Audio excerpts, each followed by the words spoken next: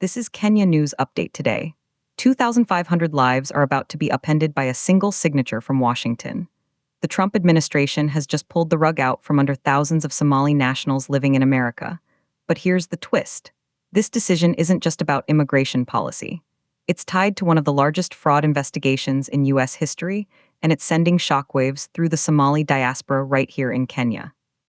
Coming up, you'll discover the human cost of a policy that declares temporary means temporary and what it means for families on both sides of the ocean. Meet the 2,500 people at the center of this storm. Parents, workers, neighbors.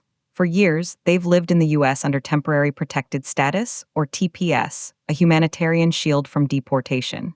That shield shatters on March 17th. Homeland Security Secretary Kristi Noem made the call, stating conditions in Somalia have improved sufficiently. But here's what nobody's talking about. The intense federal scrutiny happening thousands of miles away in Minnesota, home to America's largest Somali community. The community's standing has been massively complicated by a sweeping fraud probe, and the numbers are staggering. To date, the U.S. Department of Justice has charged 98 defendants in Minnesota fraud cases. 85 of them are of Somali descent. 64 are already convicted. Federal agents have executed over 130 search warrants and conducted over 1,000 witness interviews.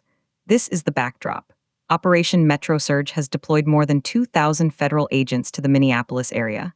Now, the TPS decision lands. Approximately 2,500 Somali nationals are impacted. That includes 1,028 current beneficiaries and 1,383 applicants with pending status. Their employment authorization documents expire in March. Without another legal status, they become illegal aliens overnight, eligible for deportation. The administration's directive is clear: leave voluntarily. Officials caution that those who stay will face targeted enforcement, arrest, and removal. But here's the part that will blow your mind. For many in the diaspora here in Kenya, this isn't a distant policy. It's about their cousins, their siblings, their children. The termination occurs as the existing extension, granted under the prior Biden administration, expires. The phrase temporary means temporary echoes, but for families, it means separation. It means returning to a homeland still grappling with instability despite claimed improvements. The implications are massive and controversial. Some see it as a necessary enforcement of immigration law, prioritizing national interests. Others see it as a punitive move, conflating a broad community with the actions of a few under investigation. It presents an unanswered question. Is this a decision based solely on improved conditions in Somalia, or is it influenced by the shadow of the Minnesota fraud cases? The tension is real. Do you think the U.S. is right to end this protected status, or is it abandoning a vulnerable community? Drop your take in the comments.